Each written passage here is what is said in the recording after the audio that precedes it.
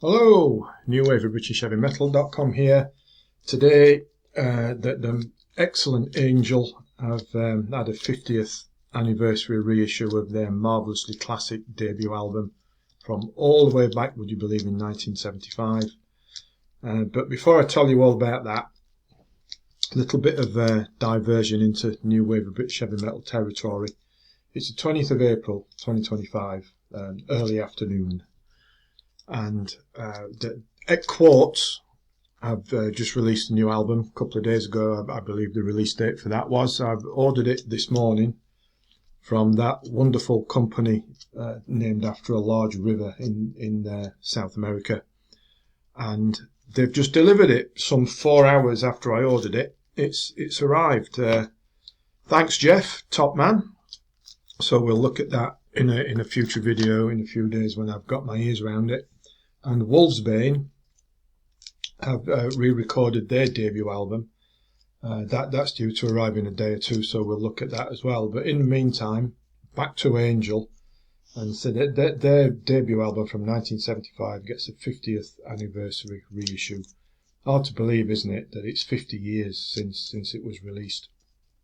And it is a remarkable slab of pumped and progged up hard rock from a band who promised so much, yet were probably stymied to some extent by the image and not even a spectacular overblown stage show could overcome. Now the legend tells us, doesn't it, that Angel were discovered by none other than Gene Simmons from Kiss after Gene saw him performing at some club somewhere or other. And then Gene was apparently so impressed, he called the boss of Casablanca Records, who Kiss was signed with at the time, pretty much insisting that Angel was signed to Casablanca also, although apparently on the contingent that Kiss were never on the same stage or indeed even toured with Angel, because Gene thought Angel were far better musicians. I'd have to agree with you there, Gene. They were, weren't they? Well, oh, excuse me, bit of lunch there, and got a bit stuck.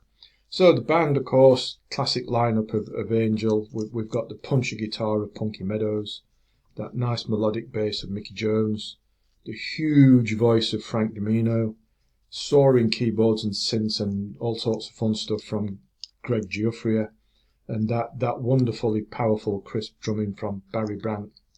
And so this self-titled debut album remains a classic, doesn't it? 50 years on, and it's just as remarkable now as it was then.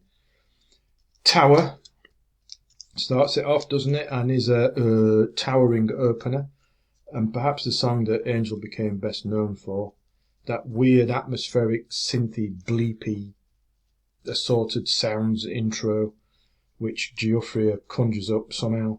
And then it leads into it, doesn't it? It builds into the vocals, and then the crescendo kicks off. And truly, the riff working along with the keyboard swirls and diminutive soaring vocals, and that impossibly infectious hook and chorus. What a song! Pomp, prog, hard rock, whatever you want to call it. It's untouchable today, isn't it? Has there ever been a finer opening song to an album? Such a memorable song and a true statement of intent, wasn't it? Over the rest of the album, Angel showed the chops to maximum effect and had that something different to offer, didn't they? How they merged the hard stuff with the pomp and the prog and all the rest of it. Such songwriting ability. There's not a duff note or any filler here at all. In particular, what we've got that rock and rollers, nice punchy, glorious sweeping Mariner, Upladen Sunday Morning, and the glorious sweeping On and On, just to pick out a few. Truly one of the finest debut albums you could care to mention ever, and one which, if it isn't in your collection, well, it should be. It is a true timeless classic, well, certainly in my opinion. Now, slightly bad news, I suppose. This 50th anniversary reissue doesn't have any bonus tracks or additional material. Excuse me. So if it is one that you'd be wanting to pick up, sure, you could go for it, or I would suggest you go for the double CD that version that was issued about 20 years ago, I think it was, and you got the debut album, and you also got the follow-up Helluva Band as a double CD. So that's the way I would suggest you go.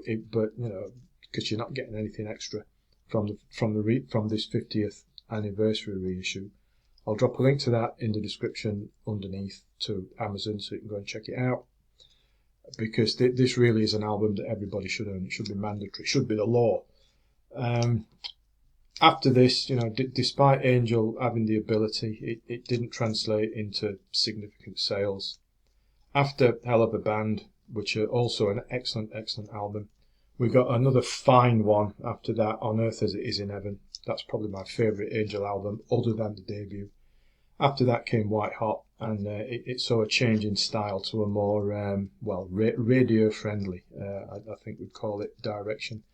Perhaps they were fishing around for that big hit single that never came, in an attempt to ramp up sales, but didn't work. And both On Earth as It Is in Heaven and White Hot are also available on a double CD.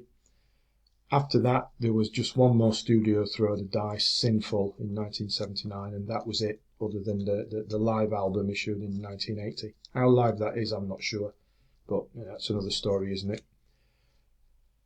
There would be a few Reformation attempts after that split, here and there, but they didn't really come to anything at all until I think it was 2019 or maybe a year or two either way, when original members Frank Domino and Punky Meadows got together another version of the band, and as Angel once again, and they've released a couple of albums. Was it Resurrection and can't remember the second one.